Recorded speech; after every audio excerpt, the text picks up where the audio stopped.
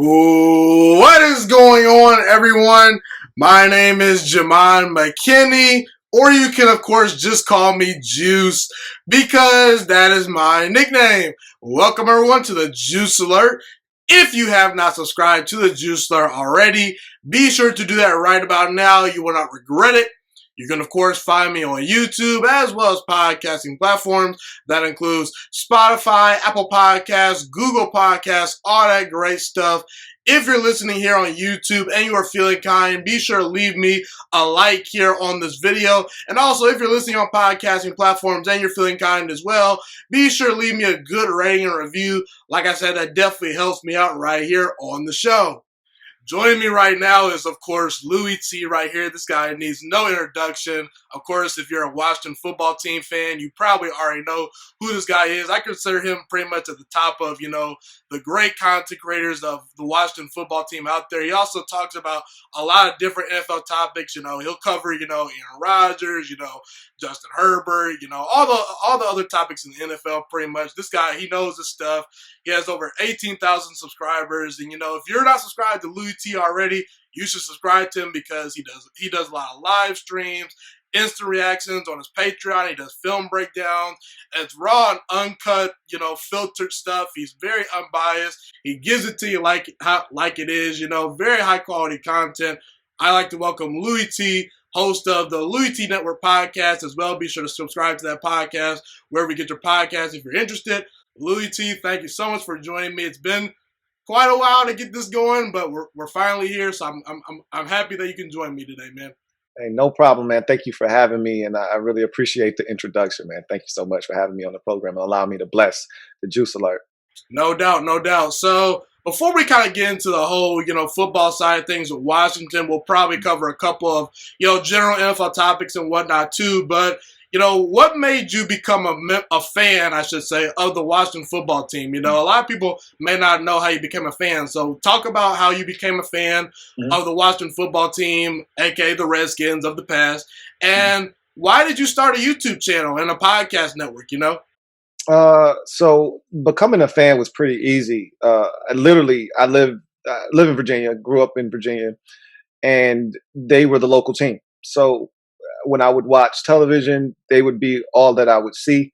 So obviously, it being a young kid and impressionable, you latch on to what you see the most. I saw the Washington football team the most, so I became a Redskin fan, then Washington football team now. So that was pretty easy. And it's crazy because everyone freaks out when they hear that my, family, my sister, my mom, my dad, they're all Cowboys fans. But I wasn't exposed to that. I was exposed to Washington as a kid, and that's how I became a Washington fan. So as far as the channel and the brand is concerned, really, I watched my mom work a job that she didn't really particularly care for 26 years. But, she did what she had to do. And I said, I don't want to be that. I don't want to be working a job that I really get up and dread doing every single day. And essentially, that's what I was doing. I got a degree that I haven't really used to this point, and it's helped me, but I'm not using it. I'm not in that field. And I said, what am I doing right now? What am I passionate about? And that's why I always try to stress that to people, coming up. Whatever it is you're passionate about, find that now. Find it while you're in high school. Figure it out, because you don't want to waste time. It's a non-renewable resource. It's something you can't get back. I wasted a lot of time trying to figure out what I wanted to do with my life. And at the end of the day, I just realized that I was passionate about nothing more so than football. That was the one thing that got me excited each and every single day. It was something that I felt like I could do every day and not get tired of doing it. It wouldn't become monotonous, or I wouldn't become jaded by doing it.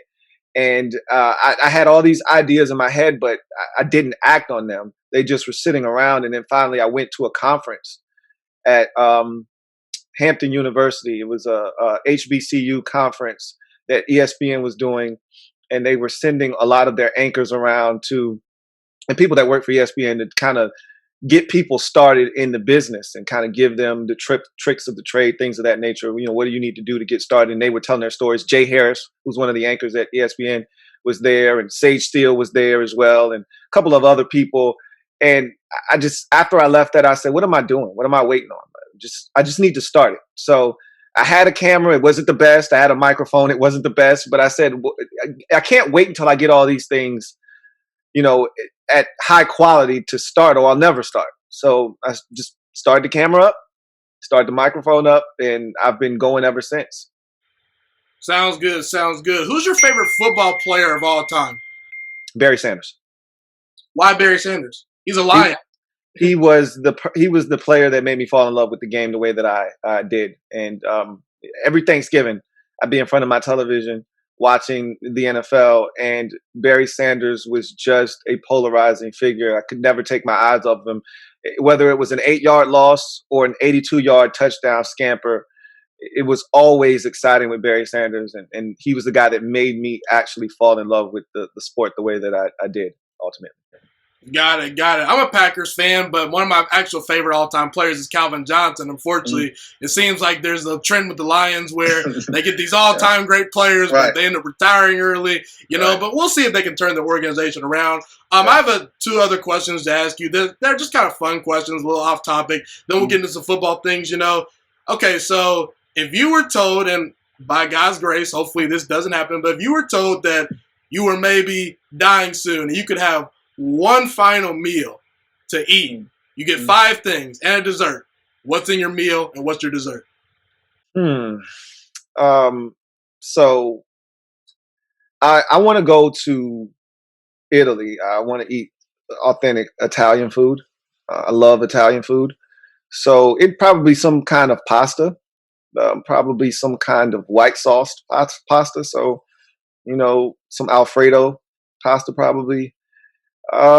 Dessert, I would want a thick, rich, creamy strawberry cheesecake. Got it. Sounds good to me.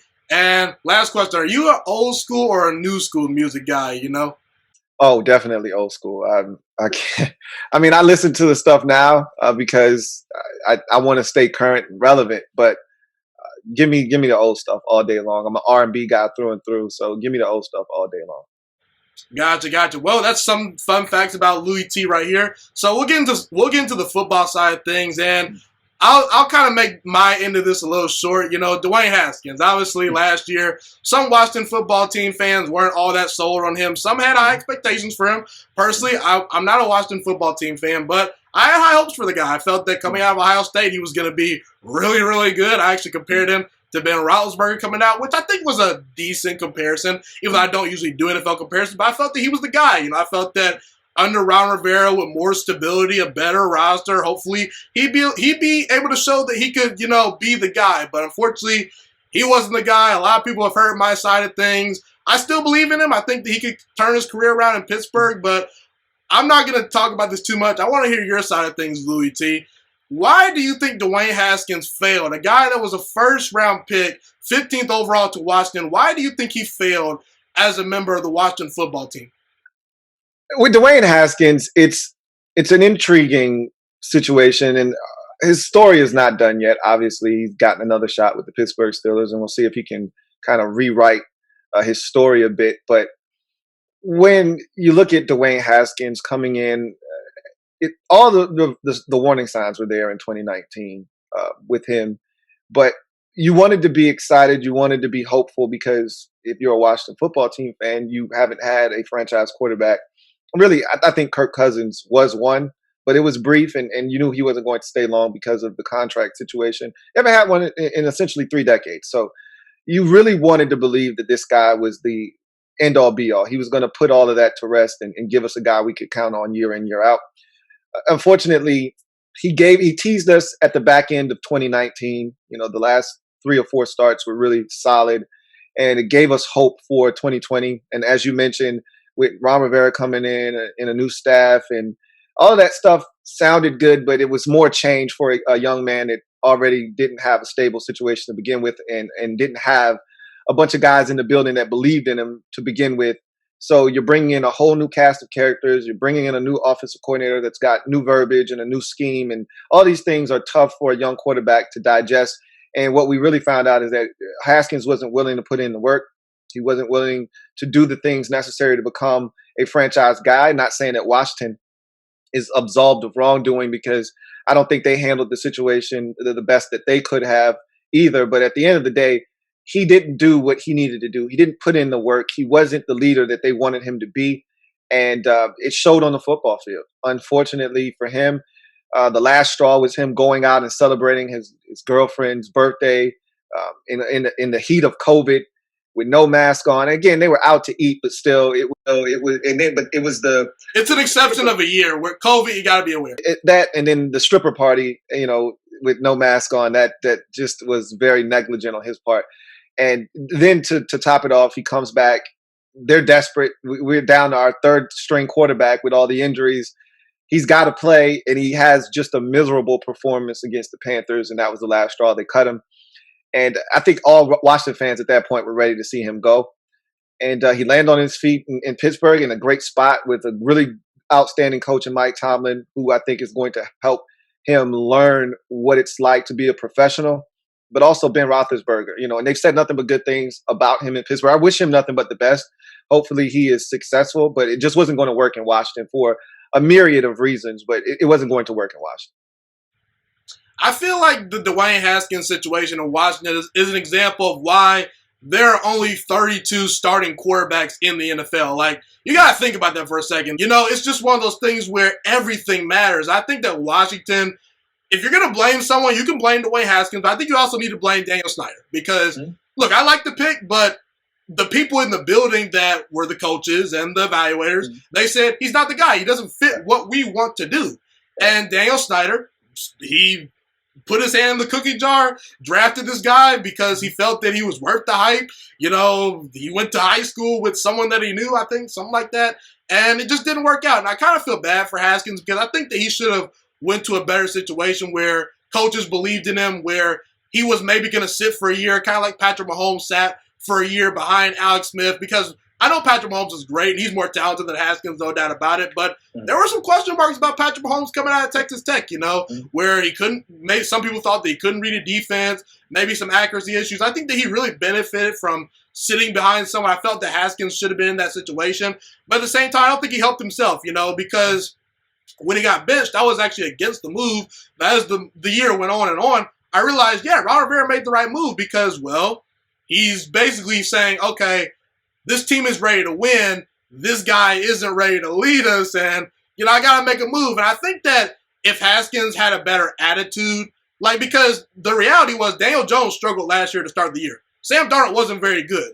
They were playing just as bad. You could maybe say they were better, but it wasn't like they were lighting the world on fire. They were young quarterbacks learning as well. But I think their attitude is why they kept getting more chances, because when you see Daniel Jones, he's at least trying. Sam Darnold, he's at least trying. Haskins, he just wasn't quite mature enough. And I still believe in him. I think that he got a wake-up call by getting released. And I think that in Pittsburgh, a much more stable situation for him where he's going to have good wide receivers, good players around him, a pretty good roster, and a coaching staff that I think is ready to really develop him. Do you think he can turn his career around in Pittsburgh? What does your gut tell you?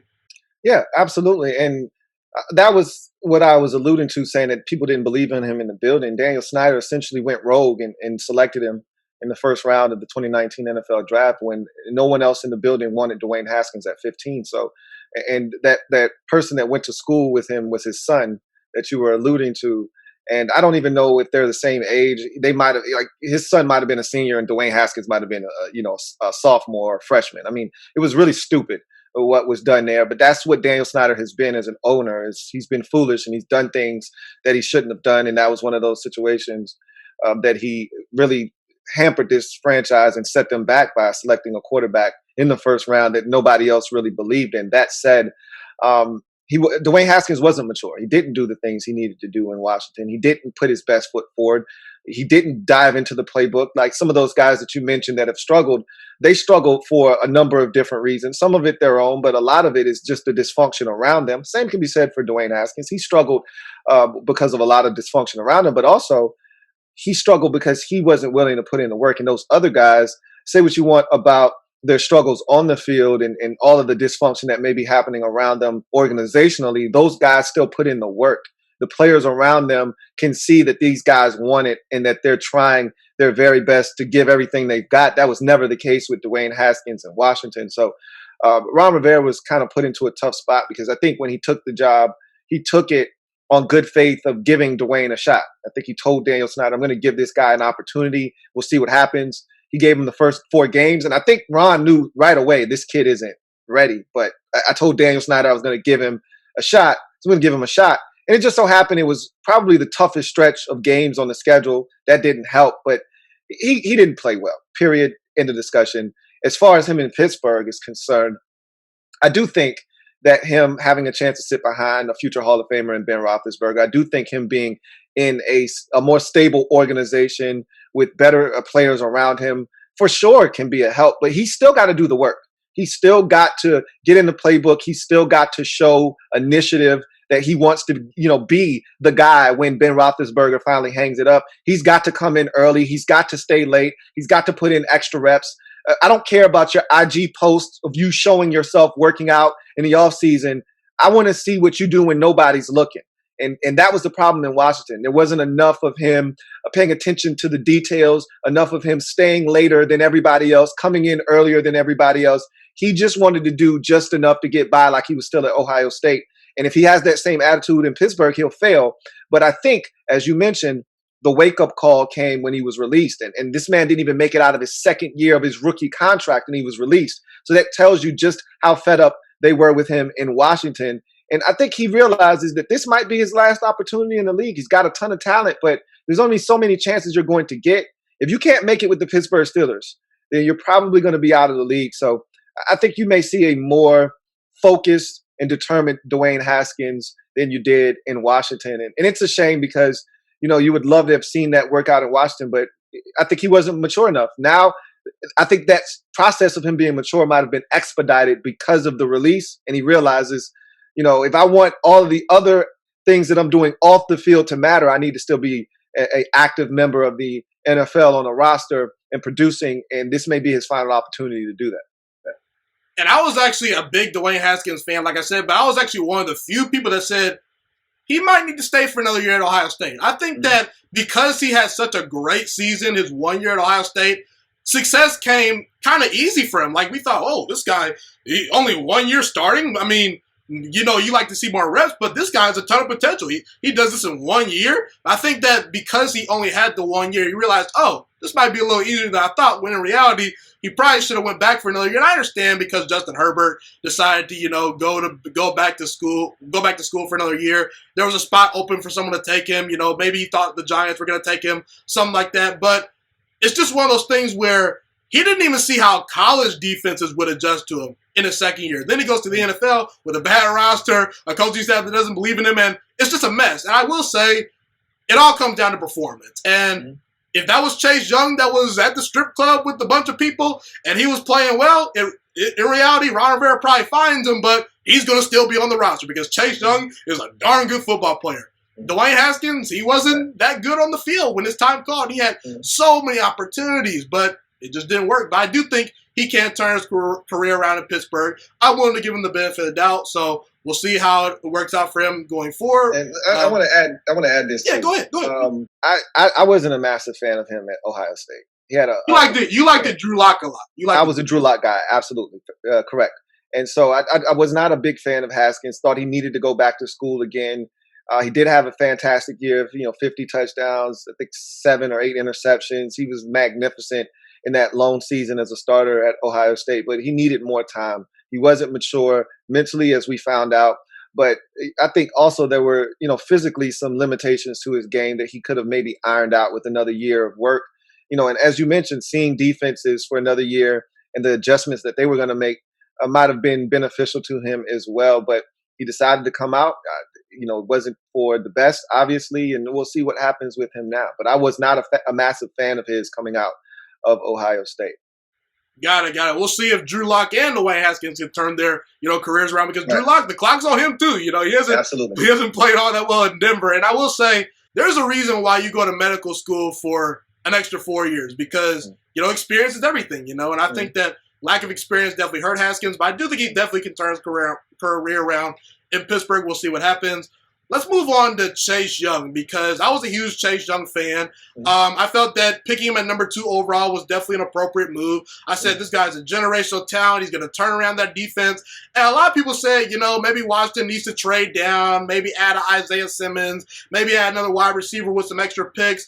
And you looked at the Washington football team's defensive line. They had Allen, they had Payne, Montez Sweat. But I think that there's something to be said for adding to a strength and saying, okay, we're really good here, but we could become elite here. And I think Chase Young is that game changer on the defensive line that's going to be good for the next 10 to 15 years if he stays healthy. The only thing that we really need to see from him, I think, is what kind of pass rusher is he going to be? He's going to be a full-time starter for a long time, but is he going to be in that Jadeveon Clowney tier where he's a really good player and sort of disruptive but not necessarily elite? Or is he going to be in that, Nick Bosa, Joey Bosa category, Khalil Mack category where this guy, if you don't double team him every single game, he's going to make it pay. And I think that he's going to be in that category. And I actually, came out and I said, it's a little bit of a hot take, but I said, if anyone can catch Lawrence Taylor, I know you're probably going to say I'm crazy, but if anyone can catch him, it's Chase Young, I think, because I see the work ethic, I see the generational talent, the size, the bend off the edge, the speed, the quickness. He's got everything. What do you think about Chase Young? Yeah, there were some people that thought that there could be a better usage of the second overall pick. They were few and far between. There weren't many people that thought that he shouldn't be the pick, but there were some people out there, that, like you mentioned, that said take Isaiah Simmons or trade back, get a tackle, all kinds of nonsense. I'm like, no, this is we sucked for this exact reason right here, and that was a brutal season. And I hate tanking. I can't stand the concept of it, but that was one year where I was like, it makes absolutely zero sense to win anything down the stretch to really hurt our draft status when the best player available, not named Joe Burrow, could be sitting right there for us to take. And that's exactly what happened. We were very fortunate that we played the Giants and went to overtime, and Daniel Jones absolutely carved us up through 5 touchdowns, including the game winner in overtime, and they beat us. And that was essentially the Chase Young Bowl, essentially, because if we would have beaten them, they would have had the second pick in the draft, and they would have taken Chase Young. So I'm so fortunate that didn't happen. But we got Chase Young, and to me, he is the missing piece defensively. I liken him to what Nick Bosa has been for the 49ers. Hopefully, there is no sophomore injury like there was with Bosa, but to me, he completed that 49ers defense. When he came on board, they had a strong defensive line, similar to Washington. They had spent a ton of first-round draft capital on that defensive line. They had 2, Oregon towers in the middle, and they already had Solomon Thomas and all these other guys that they had drafted with first-round designations. And he came in and he kind of made that whole defensive front, I think a force to be reckoned with. They had D Ford, who they signed in free agency as well, another first-round pick. So he came in and kind of made everything complete. And I felt like Chase Young was going to do the same thing and ultimately did do the same thing for our defensive line. We weren't 100% healthy last year. There was no Matt Ioannidis, who is arguably the best interior pass rusher on the entire team and one of the better interior pass rushing defensive tackles in the league. And he was out for pretty much the entire season. So I think the D-line is going to get even better. Chase Young, to me, has the ability to be in that elite category that you mentioned with the Von Millers, Khalil Macks, Myles Garrett, those types of guys. I mean, when you look at the production that he had in his rookie season, one defensive rookie of the year, and the 7.5 sacks don't really tell the story. This guy was getting double and triple teamed. He was a difference maker. I mean, the San Francisco 49ers game was breathtaking, the scoop and score. He had another play where he got a sack on the quarterback. He just impacted the game in so many different ways. And if you watch the Steelers game where he had that goal line stand in a close game, you guys don't win that game if you don't have Chase Young. It's so many different plays. I mean, the Cincinnati Bengals game is another example where he runs down Joe Burrow at the 2-yard line on a 4th down and smashes him and creates a fumble. And Chase Young was spectacular last season, and I think the ceiling is, you can't even see it. He's going to do big things. The question is, can he take the next step? And I don't worry about him from a work ethic standpoint. I know this guy puts in the work, and I think he's only going to get better from a technique and a game plan, a rush plan standpoint, which I don't think he came into the league with last year. I think he just was coming off and using just raw ability. And I think now that he's seen how these tackles and how these teams are going to play him, he understands that he's going to have to come up with a rush plan. Maybe hard outside, speed rush, and now hard outside, back inside with a crossover, and that now he's inside, direct pass to the quarterback. He's going to have to start setting some things up, and I think he'll start to do that. And so he's going to, I think, establish himself in that Chandler Jones, Myles Garrett type of category. TJ Watt, those guys that are putting up monster numbers year in, year out. I think he's going to establish himself as one of the young premier pass rushers in the league here shortly.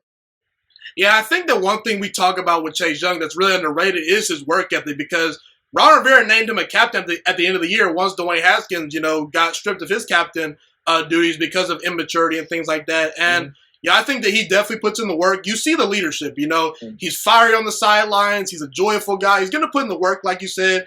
The only thing you question is, can he stay healthy? I think he's going to stay healthy, but there's maybe injuries there that could derail him and things like that. And also, like you said, having a plan, he's going to get double teamed, then triple teamed sometime. But the one time that he doesn't get double teamed and triple teamed, you got to win. I think he's going to start winning more and more often. J.J. Watt and Khalil Mack didn't have a ton of sacks their rookie year. Right. Then second, third year, they're winning Defensive Player of the Year awards, like 15, 20 sacks. I think that he could be a guy that could lead the league in sacks consistently, for the next couple of years. And I think that as Aaron Donald continues to age, I think he's the next guy up where he's going to potentially be maybe in the conversation for being the best defensive player in the league. I mean, do you think that that's a possibility? Absolutely. I couldn't agree with you more. And I tell people that all the time. That first year is a filling out process for most guys. And Aldon Smith was like the exception to the rule. He came in a reserve role with the 49ers his rookie season. I think he had something like 15 and a half sacks. That's rare. Most, edge rushers, even if they end up being dominant, it's a filling out process. It's much different than playing against college tackles. And so that first year, you're kind of figuring things out, adjusting to the speed of the game, learning how these tackles move, and realizing that they're much more athletic than the guys I was seeing on Saturdays. And so, it's 4.5, it's 5 sacks in that rookie season. It's nothing really to write home about. But then that second year, you make the adjustment. The speed of the game isn't something that impacts you anymore.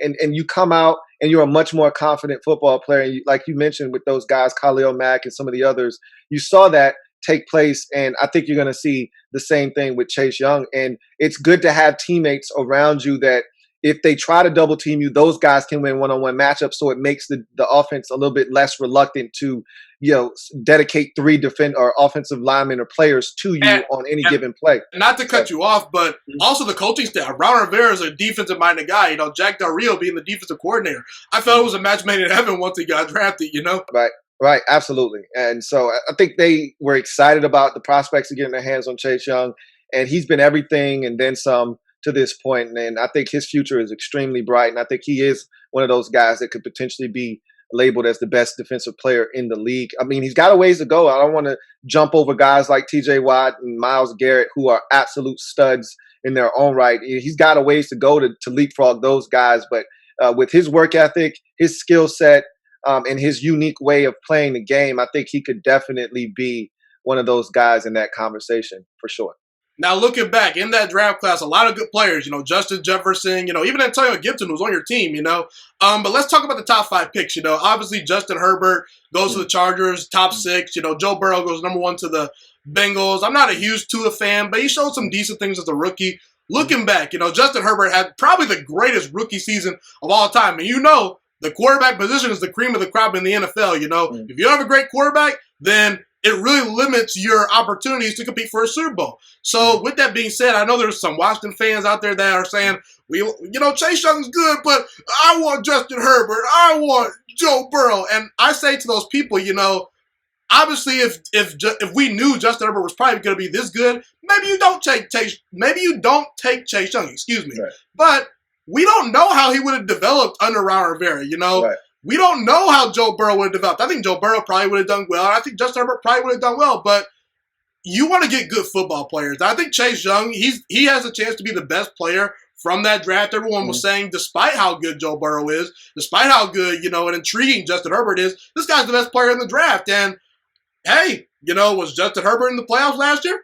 Don't think he was. So I know the quarterback is the cream of the crop, and I really felt Washington should have potentially gone after a Mac Jones or a Justin Fields when they were on the board this year. But it's one of those things where you just got to take it with a grain of salt. Of course you want to have a great quarterback, but Chase Young doesn't grow on trees, man. Looking back, do you think that Washington should be upset that they didn't get a Justin Herbert or Joe Burrow? So Joe Burrow was never an option for Washington. He was number one overall. So I would have taken Burrow in a heartbeat. Wouldn't have hesitated. He was the number one player in that draft to me, even better than Chase Young. And as you mentioned, the quarterback position is the most important position, not just in football. To me, it's the single most important position in all of sports. And it's very dependent on what you have around them. Joe Burrow last year getting injured. See Justin Herbert, despite him winning, offensive rookie of the year, they won 5 maybe games or so, 6 games, whatever the case may be. So it's a struggle, but those guys are phenomenal. I didn't know that Justin Herbert would be as good as he was. I wasn't a Justin Herbert guy coming out of Oregon. I didn't think he had the leadership qualities. He had all the tools. He was big. He was athletic. He had a rope for an arm. I said he can do everything on the football field. I just don't trust his temperament. He reminds me of Marcus Mariota and those guys that come out of that Oregon program. They're somewhat sterile. And so I wasn't sure if he could be a leader of men. And he was too inconsistent for me at times at Oregon. I wasn't a Justin Herbert guy. So I would have never taken him above Chase Young. But Joe Burrow was definitely a guy that I said, if the Bengals want to trip and they want to take Chase Young number one overall, which I knew they weren't going to do. They didn't have a guy they had already pegged Joe Burrow as the guy. I would have taken him in a heartbeat. But having revisionist history now and seeing what Herbert has done, knowing what the quarterback position means and this, that, and the other, I can tell you this. I haven't said this before, and I reluctantly say this because I love Chase Young and I love what he brings to the table. But if Justin Herbert is what he showed us last year, if there's more of that to come, and that is who he is as a quarterback moving forward, and that's just not, and that's why I'm not willing to commit to, hey, we should have taken Justin Herbert, because he could have had a fantastic rookie season and then he could stink the remainder of his career. We don't know what's going to come. Most times, though, when guys show you that in year one, they're actually really good.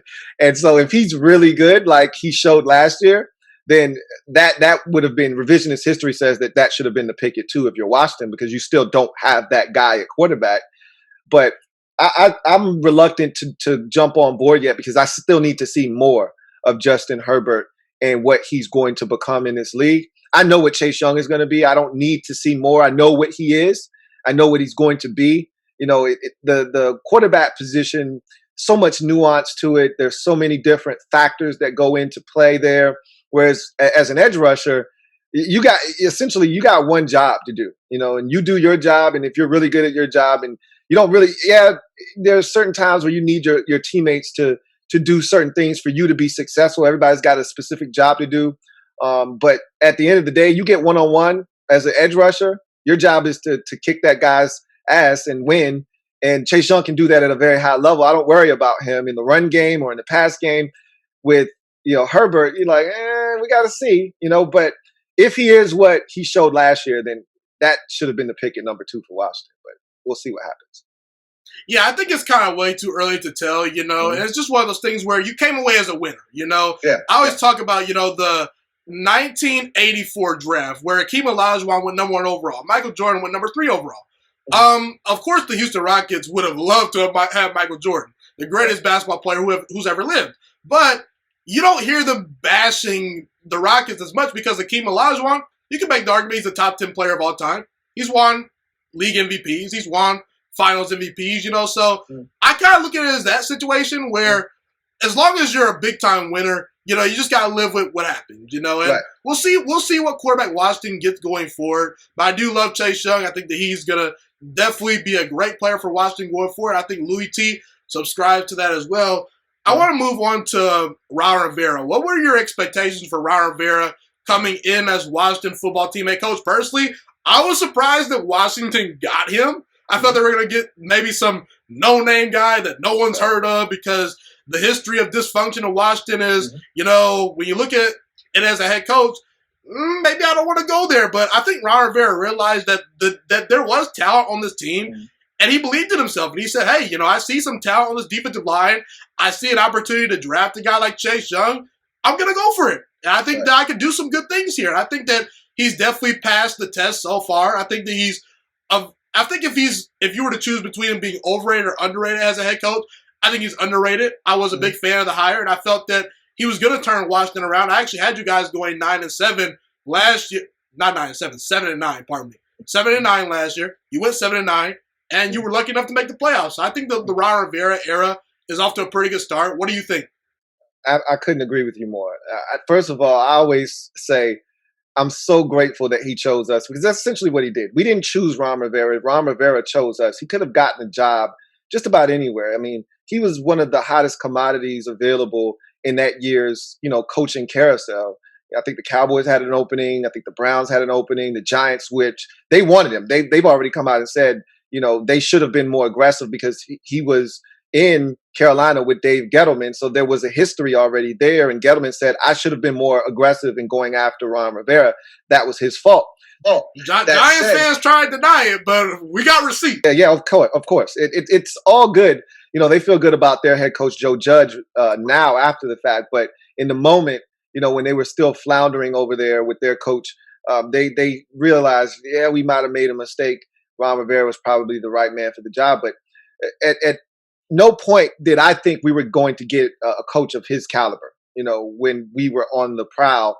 I just, like you said, thought we were going to end up with some assistant coach looking for his first opportunity in the league as a head man. And I was resigned to that fact. I had already wrapped my brain around the fact that it's the Washington job may be one of the worst jobs in the league at this current juncture. And so whatever we get, we really beggars can't be choosers at this point. So I was shocked when Ron Rivera ultimately emerged as the head coach of the Washington football team. I was elated because I honestly thought we had outkicked our coverage on that one. Like, whoa, what is he doing here? And he told us from the jump that here's one thing that's funny, and I still find it funny to this day. I think money also, he tried to make it seem like money wasn't involved. We still don't know what his contract is. We still don't know the actual financials behind his deal. I bet you it's a ton of money, which is why it wasn't reported. Because he said, if I really wanted to make this about money, I could have turned this into, essentially an auction with all these other teams out there. I could have turned this into a bidding war. But that's not what I was looking to do. I looked at this roster. I watched every game. I assessed this defensive line. I'm really excited about it. We got the number 2 pick. Probably going to add Chase Young. He didn't say that, but he was thinking that. And he said to himself, I got a chance to transform this defense. And if nothing else, I don't really believe in Dwayne Haskins, but we'll see what that kid's about. But worst case scenario, we'll be good defensively, and that'll keep us in ball games, and it'll give us a chance. And I saw Rivera as a guy coming in here with a military background, and he stressed this early on, and it was a rallying cry for us as fans about the culture. It was toxic in Washington before he got here. First thing they did was they got rid of Bruce Allen. Had to happen. It happened. And that's what made the way for Ron Rivera to take the job. He gets here, and the first thing he talks about is the culture and how it needs to be fixed and how this is a 3 to 4 year operation. He says, when you're in the military, it takes about 3 or 4 years to change the culture. So that's what this is going to be. I don't think he could have envisioned us winning the division in year one with a 7-9 record, but that's just how bad the division was as a whole. We took advantage of that, and we're not apologizing for it at all. And I think what Ron essentially has done now is he's instilled hope in the entire fan base. This process has been sped up because of the success of year one and people buying in now. You've got a bunch of media pundits and talking heads and national media picking this team to win the division, something that no team has done in this division in back-to-back years since the 03 and 04 Philadelphia Eagles. So it's going to be a daunting task. We still don't know what's going to happen at the quarterback position. Dallas has the best quarterback in the entire division with Dak Prescott back in the fold. So the assumption is the Dallas Cowboys with their roster, with Prescott, they're going to make a run at winning the NFC East this year. Ron Rivera and company have other ideas. We'll see what happens. But I couldn't be more elated with Ron Rivera, which is why I came up with Ron's plan. Ron's plan. Because it's Ron's plan, essentially, that's gotten us to this point, that has us so hopeful and has us thinking that we've got a shot to not only win the division, but maybe make a little bit of noise in the conference as a whole. And it's all been Ron Rivera, from him essentially tearing down the entire front office and building that up, to deconstructing this roster and then reconstructing it in his image and what he believes it should be. And from the coaching staff to the front office to this roster, it's all Ron Rivera. And I think that has Washington fans excited, because not only is Rivera taking over, there's less input from Daniel Snyder. And I think that makes Washington fans excited about the future of this organization.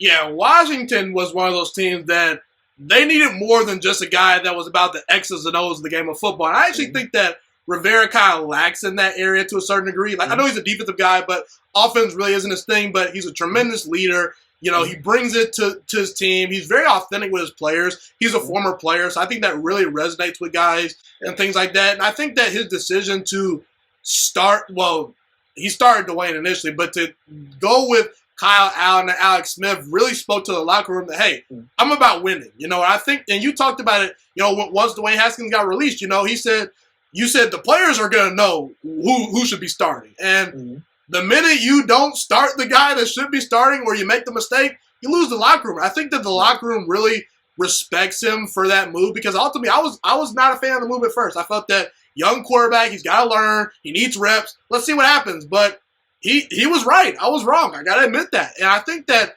Washington really needed a leader kind of in the front office too. I think Rivera definitely provided that leadership for a guy like Daniel Snyder, who was lost. You get rid of Bruce Allen. He's drafted pretty well. Ron Rivera has so far. I think that his tenure in Washington is off to a pretty good start. We'll see what the future holds. But I want to shift to. You have something to say? So, and another thing to add, last year was a trying time for Ron. He had cancer. And him battling through cancer, too, is something that I'd be remiss if I don't bring up, because I think that more so than anything else really resonated with the players. Seeing this guy tough it out, show up to work essentially every day that he could when he didn't have to. And he wasn't gone very long, despite, going through chemotherapy and things of that nature. He was pretty much there every day. He missed a small period of time, but he didn't miss a single game. He missed some practices, but he was always there in spirit. And they really rallied around him. And I think, with Rivera fighting through, the cancer treatment and the chemo and still being there as a presence, I think that really resonated with the players as well, too. Yeah, and I think actually what people, fail to realize is you need a great quarterback to win the NFL, but in order to really compete for a Super Bowl, I look at the coaching staffs. When's the last time you've seen a bad coaching staff be able to lead a team to a Super Bowl? It doesn't exist. I mean, maybe you could point to Doug Peterson and the Eagles, but at that time, Doug Peterson was really good. He put on a pretty good coaching clinic that year. So I think Washington definitely is fortunate that they have a guy like Ron Rivera.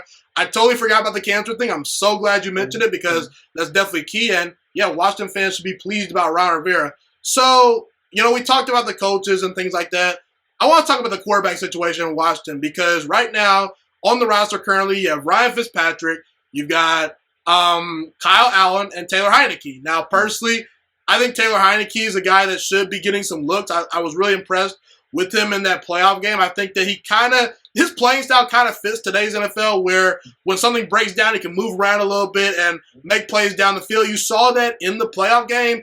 I'm not saying he's the future, but I think that Ron definitely needs to have a quarterback competition this year. I think last year he came into the year saying it's Haskins' job to lose, which wasn't the worst approach. I mean, we all thought Haskins was going to be good, but he was obviously wrong. So I think that this year there's going to be a quarterback competition. I felt Washington really should have went after Matthew Stafford, and they did go after Matthew Stafford, but it was a swing and miss, And I felt that once the Deshaun Watson thing died down, I felt that even though Aaron Rodgers, you want to have him, I don't think Green Bay is going to trade him to an NFC team. I think they're probably going to ship him to the other conference in the AFC. I felt Washington really should have been aggressive in the draft and gone after someone like Mac Jones. I know some people aren't, so hot when it comes to Mac Jones. He's not the most sexy guy as far as the quarterback goes, but he's reliable, he's accurate, he can read a defense, and that's all Washington really needs is a guy that can be that game manager and occasionally make the big plays when you need it. And that's kind of what Mac Jones brings to the table. So I felt that once Justin Fields was off the board, Washington really should have gone after him. I actually kind of threw out that scenario that Mac Jones is perfect for Washington. I felt that was a good fit, but obviously it didn't happen. So you're left with Fitzpatrick, you're left with Heineke, you're left with Kyle Allen. Personally, I don't think this quarterback room is anything special. I do think Ryan Fitzpatrick brings some stability to Washington. He's a decent starter. Some games he's really, really good, but some games he's really, really bad. So, Louie T, what did you want Washington to do heading into this offseason? Did you want them to maybe draft a guy like Mac Jones? Or were you of the approach that you go after a guy like Stafford? What were your thoughts on heading into the offseason, and what do you think about the quarterbacks now? I thought they did everything they could to try and upgrade the quarterback room. And Ron said that before the offseason got started, that they were going to leave no stone unturned when it came to the quarterback position. And I thought they gave it a run. I thought that they were aggressive in going after Matthew Stafford. I mean, they weren't looking to give up 2 first-round picks, which is what the Rams essentially were able to give the Lions in that trade. They weren't looking to do that. They offered up a 1 and a 3 though, and it just wasn't enough because the Lions got that extra 1 from the Rams. So they went after Stafford aggressively. I wasn't a fan of going after Carson Wentz, and by the way that deal with the Colts went down, neither was the rest of the league. Essentially, Indianapolis was one of the few teams really interested in him. I was interested in Deshaun Watson before all of the sexual assault stuff came out, and I think they were as well. They were monitoring the situation, but the Texans weren't looking to move him at that time. They hadn't wrapped their brains around the fact that he may never play for their organization again. So don't really know what that would have taken, but I expected it to take a ton to get him. I don't think he's on their radar anymore, even after all of this stuff blows over and dies down. If these accusations are false, I still think that they don't want any parts of Deshaun Watson now, just from a culture standpoint. So I think that really the draft and free agency were your only options. And how many times do you get a game-changing quarterback in free agency? It just doesn't happen very often. So there were no Tom Brady's on the market this year. It was Ryan Fitzpatrick. It was Andy Dalton. It was Tyrod Taylor. These were the guys that were available. Jacoby Brissett. None of these guys moved the needle at all whatsoever. We probably, if we're being honest with each other, we probably got the best of the bunch, but he's so volatile. You're referring to Fitzpatrick. Fitzpatrick, exactly. He's so volatile. We probably got the best of that group of quarterbacks available in the free agent market, but he could throw for 350, 3 touchdowns, no interceptions, and you can score 38 points, or he could throw 4 interceptions and throw for 287, and you could get blown out of the game. You don't know what Fitzpatrick is going to show up. He's been better of late, as a lot of Washington fans try to point to, because they're excited and they want to believe, but there's 16 years of track record and history for us to be able to comb through and say that this guy hasn't been consistent. So I don't believe in Ryan Fitzpatrick as much as I want to believe in this team. I don't believe in him. I'm a Taylor Heineke guy myself. He's an ODU Monarch alum, which I am as well. So I'm rooting for him. I want him to get an opportunity. I, too, was impressed not only with him in the Tampa game, but the 1 quarter of work against Carolina, where I thought he brought us back and gave us an opportunity in that game as well. He's been impressive every time we've seen him. He put on some weight because one of his problems has been he started in 2 games in the NFL and gotten hurt in both of those games. So one of the things that he was told to work on is, look, you need to get stronger. You need to get bigger and be a little bit more durable. If we do turn to you, we can't have you getting injured, as soon as you start a game. So that's something he was conscious of this offseason. He put in the work. Rumors out of Washington were that he was the most impressive quarterback in OTAs, but guess what? He's been in that system for over 3 years. He should be the most impressive quarterback in OTAs. Fitzpatrick just literally got here. He's still learning the players. He's still learning the verbiage. He's still learning the scheme and timing with all the players. So I didn't expect him to come in and set the world on fire in OTAs. I think it'll be a different story come training camp. I think it will be a competition, but I think this is Ryan Fitzpatrick's job to lose in Washington. He's got to be absolutely horrid for him not to be the starter week 1 at home versus the Chargers.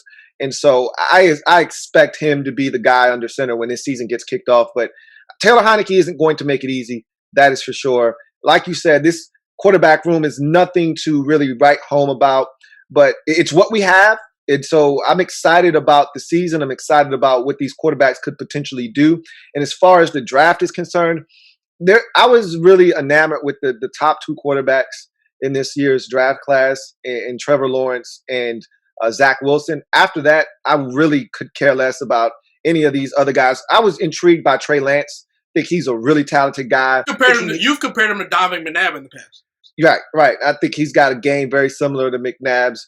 And I think he could actually be really good. And I think he landed in the perfect spot in San Francisco's offense. He's the perfect fit for that offense. And when they made the trade, I knew it was for Trey Lance. Everybody was talking about Mac Jones. I'm like, no, the guy's Trey Lance. And I said that from day one. So I think he's in the perfect spot. But after really those 3, I could care less about Justin Fields and Mac Jones. Those guys really didn't appeal to me. So I was glad Washington didn't trade up for either one of those guys. And we'll see what those guys do in the league. I think they could be good quarterbacks, but I just didn't think they were great fits for us in Washington. So, and you know what? To add to that, if Washington was sold on any one of those guys, they would have went up.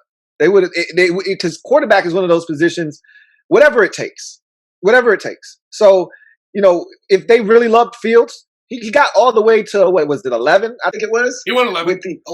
With the Giants. You guys were 19th, though, so you'd have to trade him a couple spots. So if you really loved Fields at 11, from 19, that's nothing, okay? We've seen teams come all the way from the 20s to get into the top, 12. Like, what did the Chiefs come from? Like 26 to get to the 10th pick to get Mahomes? Where did the Texans come from to get Watson? I mean, we've seen teams come up from out of nowhere. The 49ers in this year's draft went from 12 to 3 to get their guy. You know how much that costs to get into the top 3 of the draft? If you really love a guy, you go up and you get him. So I don't think they loved either one of those quarterbacks. Both of them were in the wheelhouse. 8 picks in the draft, and you're not talking about a top 10 pick, is not that far-fetched to trade up to get a guy. And Mac Jones was even closer as he got to New England at 15. If you really loved either one of those guys, you could have made a move to go up and get one of those 2 quarterbacks. So I don't think they loved either of those guys either. Got it. I have to disagree. I was a big fan of Justin Fields. I wasn't like a huge Mac Jones fan, but I felt that for Washington, for what they needed, I felt that he was the guy. I felt that he was, able to go get. I felt that he was in striking distance. But unfortunately, like you said, if you're not sold on a guy, then, don't go trade up for him, But, hey, it's in the past, I did fail to mention Kyle Allen. I know you failed to mention him a little bit as well. I think that most people realize that he's probably the odd man out. I'm not a Kyle Allen fan. Everyone was talking about a year ago when he came in for Cam Newton and he, lit it up versus the Cardinals, had like 3 or 4 really good games, then fell down to earth. At the time, people were saying, he's the future of the Panthers. I was like, no, Kyle Allen's not that guy. He's good, but not that good. So I'm not a huge Kyle Allen fan. I don't think most Washington fans are. He can't really stay healthy, so unfortunately for him, he's probably, like I said, going to be the odd man out. So I just wanted to point that out because I didn't mention him. I'll add to that. With Kyle Allen, I think because he's coming off of ankle surgery, he's just at the back of the line, essentially. Had he been healthy, we'd be talking about him a little bit more because Ron Rivera really likes Kyle Allen. They traded a 5th-round pick to go and get him. He thinks a lot of Kyle Allen. When asked last year if we would have been in the same, spot and position to make the postseason had Kyle Allen stayed healthy and been in the lineup, he said yes, emphatically yes. As a matter of fact, he wasn't even asked that question. He just offered up that response during a separate question. He brought up Kyle Allen and said, hey, Kyle Allen would have definitely been a guy that we could have won with and been in the same spot had he been healthy. So I think he believes in Kyle Allen. I just think because he's coming off of ankle surgery, he's not 100%. He's already told us that at OTAs he wasn't 100%. I think with Heinicke already being in there and getting reps and Fitzpatrick being brought in to be the starter, I think Allen is a long shot to be the starter. And so that's why no one's really talking about him. And I think a lot of fans feel like they know what Kyle Allen is. Like they know what his ceiling is. They don't think he's got potential to be a dynamic NFL starter, whereas there's still this mystery and there's still this intrigue surrounding Taylor Heineke because of what he's shown. And so you don't really know as much, so you want to find out. Whereas with Kyle Allen, you're like, okay, we saw him for enough starts in Carolina, and he started like 3 or 4 games for a while. Say, we've seen enough. We think we know what this guy is. He's nothing special. I think that's a little bit of it as well.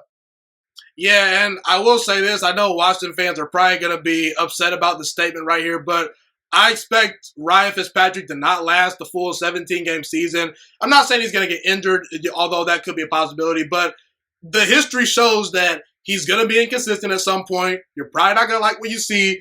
Then if Taylor Heineke's, doing well in practice, he's probably going to get an opportunity. So we'll see. If you're a Washington fan, take the quarterback situation with a grain of salt. We'll see what happens. I think Louie T can subscribe to this as well. He wasn't a big Fitzpatrick fan, but he understands, that, he's better than probably Andy Dalton right now, probably better than a guy like Jacoby Brissett. So you'll see what happens, This roster is really good. So Fitzpatrick or whoever's the quarterback has weapons to throw to, has a good defense. It's going to come down to them, So we'll see what happens. I want to shift to this now. What are your expectations, Louie T, for the Washington football team in 2021? Obviously, the team goes out and gets a guy like Curtis Samuel to add to the wide receiver core. I believe they added Adam Humphries as well, so wide receiver core should be improved. Logan Thomas showed some promise last year at tight end, so he should be maybe looking to break out potentially. Maybe we'll see. You have Antonio Gibson. We've talked about the quarterback situation. We'll just see what happens there, but you have a really good defense. Ron Rivera is a pretty good head coach, and now I think it's pretty fair to say that this team is going to compete. Maybe they don't make the playoffs. Maybe they don't win a bunch of games like some Washington fans think. But we know for sure that even you saw in the Giants game where Washington looked really bad at the home game for the Giants home game, where they looked really bad in the first half, and they fought all the way back and almost won that game. Ron's going to have this team competing. I don't know if this team can handle expectations, though. Last year, I picked Washington to go 7-9 because I said, this team is flying under the radar. This team has some talent, and Ron Rivera is going to come in and do some good things. But this year, the eyeballs are on Washington now. There's no more escaping, teams overlooking this team because, well, you made the playoffs last year. And you got Green Bay on the schedule.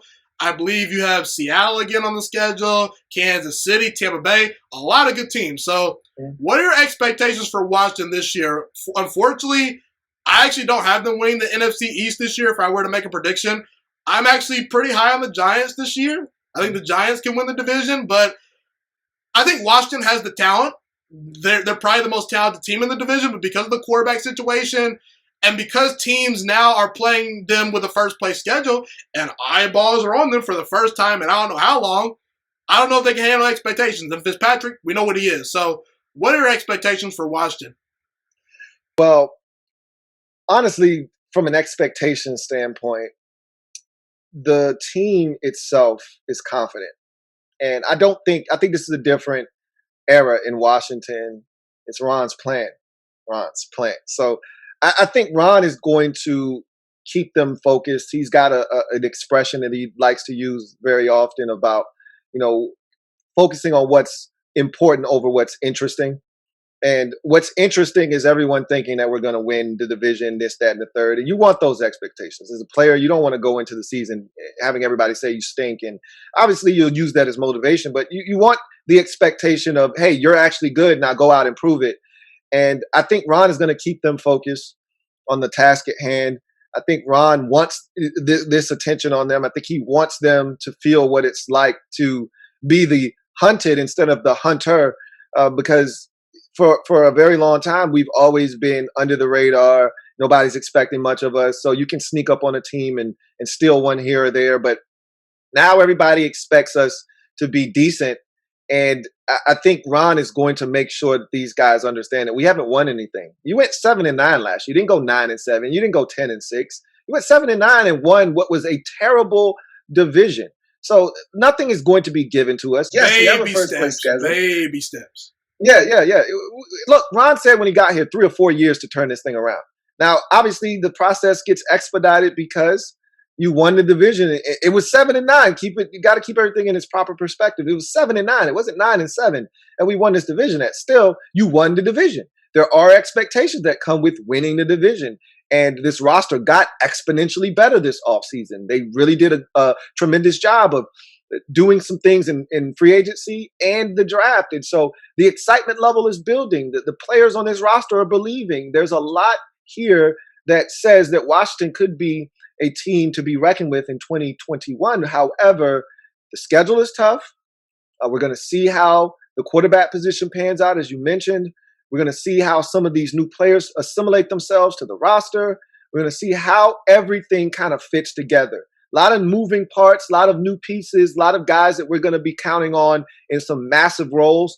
Offensive line is being shuffled around. We got 3 new starters. Regardless of what happens, we're going to have 3 new starters on the offensive line. You've been defending that offensive line for a while, though. We got talent. We got a lot of talent on that. A lot of Washington fans were saying the line stinks. You constantly throughout the year were saying, no, this line is decent. Yeah, you know, a lot of people, they see the sacks, they see the pressure. Oh, my God, this offensive line. I'm like, you got to take into consideration that some of that is on the quarterback. You know, the fact that the quarterback's not getting rid of the football, he's not taking the proper depth on his drops. Some of this isn't on the offensive line. The offensive line was not, and again, if you're watching film, then you know this. If you don't watch film and you just go off of the game copy, then you're going to just blame the offensive line for everything that happens. But the offensive line was fine last year. And he added a guy like Samuel Cosby, who potentially could be a very high-quality starter from this point going forward. Maybe won't play this year, but he's a good piece. Yeah, Samuel Cosby was added. They went back and traded for Eric Flowers. And so, you know, they added Charles Leno Jr. in free agency as well. Like, there's so many different ways they could go on the offensive line. Sadiq Charles pretty much didn't play last year. We still don't know what this guy is capable of as a tackle or a guard. There's so many different ways they can go on the offensive line. I'm not really concerned. They're going to find the best 5 guys. John Masco did a fantastic job with the offensive line last year, so I'm not worried that he's going to be able to find the best 5, put them on the field, and get them to play as one. So I think that when you talk about expectations, I'm not going to give a record right now. I'll do that later on in the offseason. But I will tell you this, they'll be in the mix. You know, and I do think that Dallas has improved because they got Dak Prescott back and they got rid of their defensive coordinator, Mike Nolan, which he was a mess. And they upgraded that position. And I think they're going to be in the mix. I think the Giants are vastly improved. If you ask me who improved the most this offseason, I'll tell you it was the Giants. They really went out and made an offensive overhaul. They've gotten Daniel Jones every weapon he could ask for and then some. And defensively, I think they've added some more pieces to make them formidable. So they're a scary team as well. They're in the same boat as us where they're on the rise. And it could be us and the Giants really battling it out for this division for years to come if Dallas doesn't, figure into the equation. But they've got Dak Prescott, so I think they'll always be around if he's healthy. So we'll see what happens. The expectations are higher than they probably should be because of what we did last year and because of the strong offseason.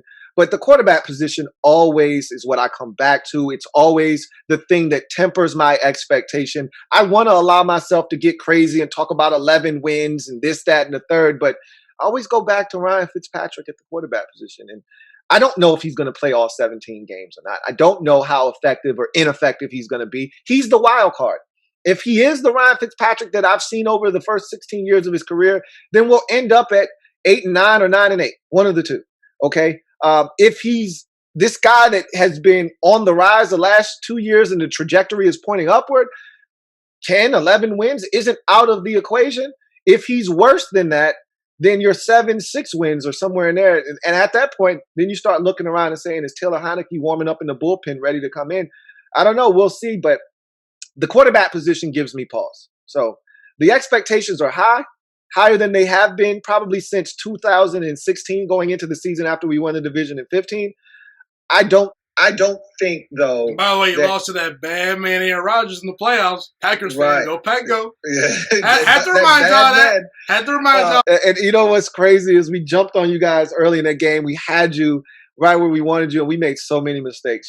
Deshaun Jackson, I think he had a chance to get in the end zone. Yeah, we had to settle for a field goal there, and we missed, I think, an extra point. We just did a bunch of stupid stuff early in that game that allowed the door to stay ajar. And with that bad man, you can't give him too many opportunities or he'll take advantage, and he did. So.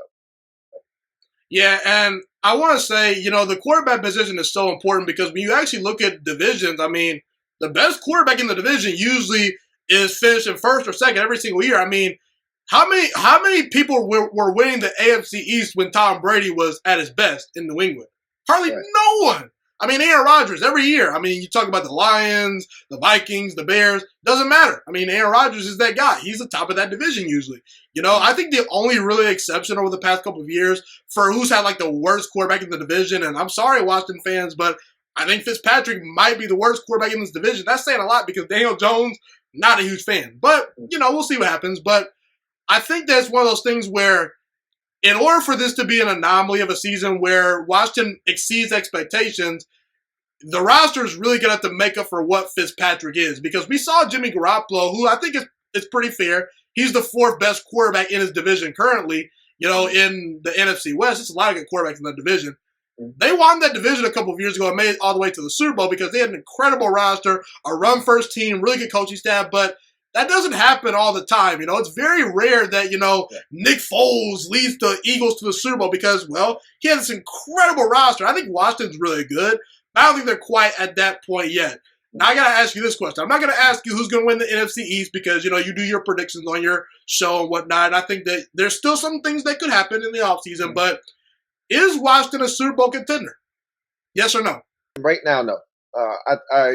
Fans have asked this question. We actually had a great discussion on one of my live shows a couple of weeks ago about the Super Bowl window, and one of the viewers asked, when does that window officially open? And I said, well, technically speaking, the window is open as soon as we get consistency from the quarterback position because the roster, technically speaking, if these players that we brought in are what we think they are, Curtis Samuel, William Jackson III, and some of these other guys, Bobby McCain, if these guys are what we thought they were bringing them in free agency, they come in and help right away, then this roster is ready to win right now. I mean, you look at the offense, it's loaded now after the draft with De'Ami Brown and some of the guys they brought in.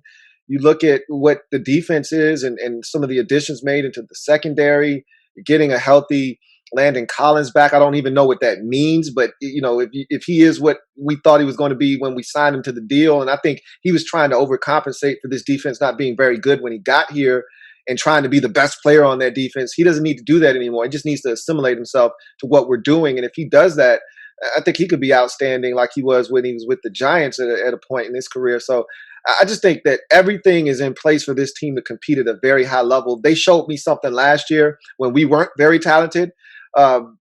They competed every week. It didn't matter who we were playing. We didn't get blown out. We played and went toe-to-toe with just about every single team that we played against last season. And even when we were getting our doors blown off in the first half of games, we always seemed to manage to put our foot down in the second half and come back and make it a competitive ball game and even win some of them, like Pittsburgh on the road. So I look at this team. I know they're going to fight. They're going to compete.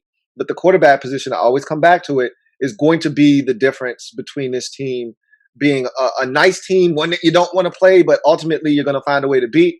Or is this a team that you literally have to worry about and they can beat anybody at any time on any given week because they're capable with the quarterback position playing at a relatively high or at least a consistent level? No, they're not a Super Bowl team because of the quarterback position right now. However, that could change. We could get 6 weeks into the season, 8 weeks into the season, Fitzpatrick is playing his eyeballs out, and I could be singing a totally different tune.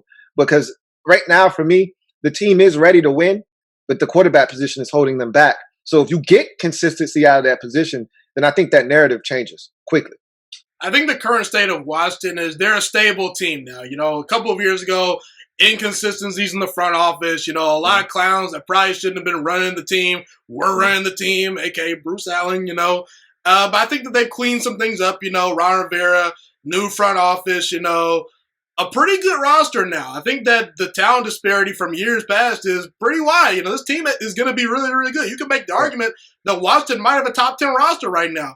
But I think that we're going to see that, you know, you got to get the quarterback situation figured out. And I'm interested because I want to see if Washington is the organization that will be able to keep a guy like Terry McLaurin, keep a guy like Chase Young, you know, where, as in the past, some of those stars have decided to go elsewhere, you know, and can they continue to bring in free agents? So I think that as a Washington fan, you guys should be, I'm excited about the direction your team is going in. The direction is, you know, a lot more brighter than it was a couple of years ago, but baby steps, you know what I'm saying? I think you can subscribe to that as well. Yeah. So I want to actually shift to kind of some other teams in the NFC East. I want to talk about the Dallas Cowboys. it's actually been a long time since I talked about the Cowboys. I actually was kind of thankful for it because I get so tired of every year everyone's saying the Cowboys, oh, are they Super Bowl contenders when they haven't? I think the Jaguars have the same amount of playoff wins as the Cowboys in like the last 25 years. I mean, Dallas, ever since the, Troy Aikman days and the, Emmitt Smith days, they haven't really been that consistent of a team. But because they're Big D, because of Jerry Jones, they get hyped up every year. I actually think this year they're a little bit underrated as a team. Not everyone's really hyping them up this year. But I want to focus on Dak Prescott. He obviously got paid a ton of money this past offseason, coming off a major injury. I'm lower on Dak Prescott than most people. I understand you're higher on Dak Prescott than most people. What do you think of Dak Prescott getting paid all that money? What are your thoughts of Dak Prescott and the state of the Cowboys? So Dak Prescott is definitely, worthy of getting paid.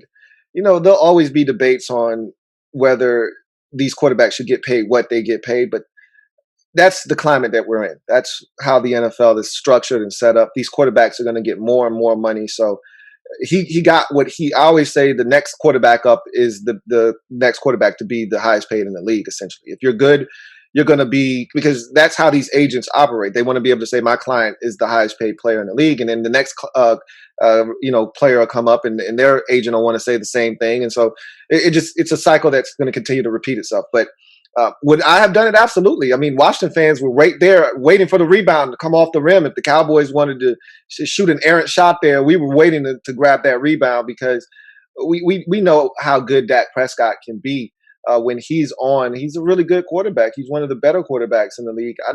When we sat there and I just started to make a quick top 10 list, I don't know if he cracks the top 10, but he's right there on the outskirts of the top 10 of quarterbacks in this league. And you can win with a 11th, 12th best quarterback in the league because it's starting to get to a point now where we're getting really good quarterbacks into the league. So, you talk about Watson, you talk about Mahomes, you talk about Rodgers, and you talk about Wilson and, Kyler Murray, Tom Brady's still there. You talk about Matthew Stafford. These are all guys that, especially Stafford now in Los Angeles with the Rams, he could do some damage this year. There's so many good quarterbacks now. And I didn't even include the young guys, that we think are going to be exceptional in this league. And we still just need to see more. So we'll see what happens with Dak Prescott. He's coming off the injury. I think he's going to pick up right where he left off. He was going to lead the league in passing yards last year. Because of the start they got off to. And I thought that was going to continue because Mike McCarthy doesn't love to run the football. So he's going to get a ton of opportunities to throw it. And I think they got a really good cluster of receivers there, a nice little trio for him to get the football to.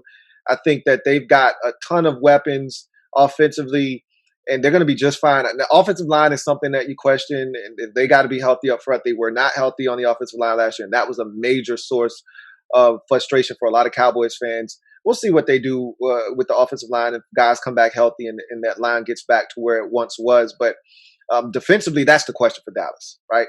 Like they were one of the worst defenses in the league last season, and that's an understatement. They were terrible. They couldn't stop anybody, and they got rid of Mike Nolan, who was a joke. I don't know how he continues to get jobs as a defensive coordinator in this league, but that was a one-and-done situation. He's out.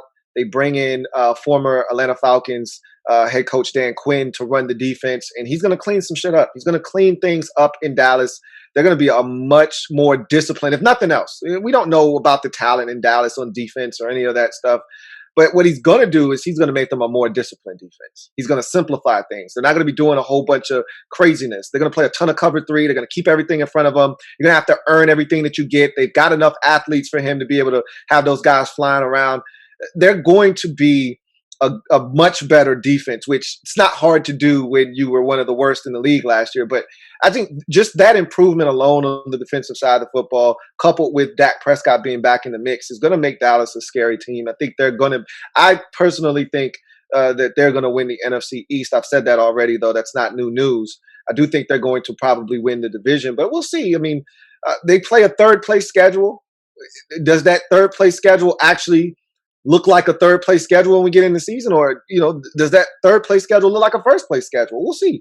But at the end of the day, they've got enough talent to wreak havoc. And with Dak Prescott back again, the quarterback is what makes a lot of these teams go, and he's a really good one in this league. The best of the quarterbacks in the NFC East, that's for sure. Sure. I will say, if you're a Dallas Cowboys fan, you should feel that your team's going to win the division because, well, you got the best quarterback in the division. And I'm sorry, Jalen Hurts, question marks, we'll see.